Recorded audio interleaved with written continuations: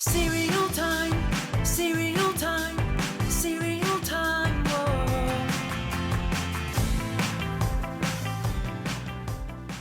What's up, cereal heads? Today we're going to talk about Croonchy Stars. This cereal was released by Post back in 1988. Why is it spelled crunchy instead of crunchy? Well, that's how the Swedish Chef pronounces it. Who's the Swedish Chef? Well, he's a Muppet who first appeared on The Muppet Show back in 1975. What's a Muppet? Man, you sure do ask a lot of questions. Muppets are puppets created by Jim Henson, and I could spend a whole video explaining the history of the Muppets and how they came to be, but this is about cereal, so I suggest you Google Muppets. But I will give you a little introduction to the Swedish Chef. He used to appear on The Muppet Show back in the day and cook recipes, a la Julia Child. English beer, the Swedish meatball. It's beer, the sauce, the meatball. Now, in 1988, when this cereal was released, The Muppet Show was not airing anymore. Sure, there were still Muppets in the culture at the time. I mean, you had Fraggle Rock, you had Sesame Street, and there were Muppets movies still coming out. But in 1988, I would argue that Muppet Babies was the most popular Muppet-themed show on the air. But the Swedish Chef wasn't on Muppet Babies, so I don't know how popular he was in 1988 amongst kids. Someone please correct me if I'm wrong, but was he consistently on TV around this time? Anyway, despite that, he still makes my top favorite Muppets of all time, coming in at number 5. Number 4 goes to Rolf, the dog. Number 3 goes to Beaker, because that dude always cracks me up. Number 2 is for Gonzo, because who doesn't love Gonzo? And the number 1 spot is a duo, 2 people, Statler and Waldorf. These dudes were hilarious. Anyway, back to the cereal.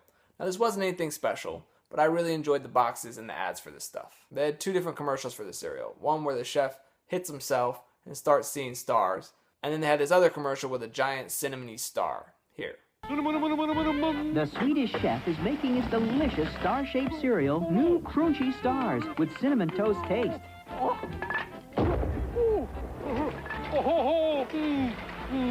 And the boxes had all these little jokes on them that I really appreciated. No artificial colors, no doorknobs.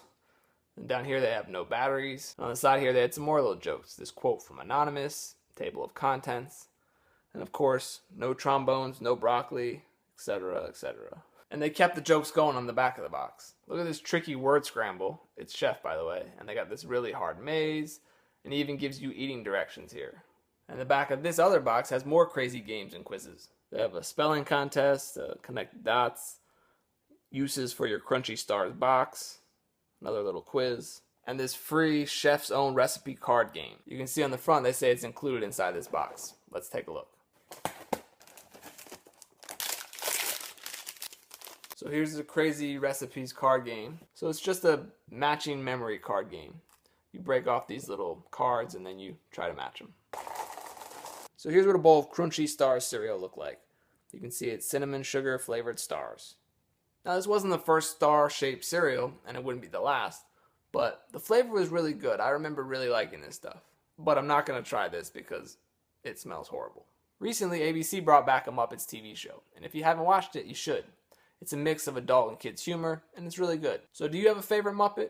If they give us a new Muppet cereal in the future, who do you think should be the spokesman or spokeswoman? Okay, that'll do it. Thanks for watching. Until next time, stay crunchy. Bork, bork, bork. Cereal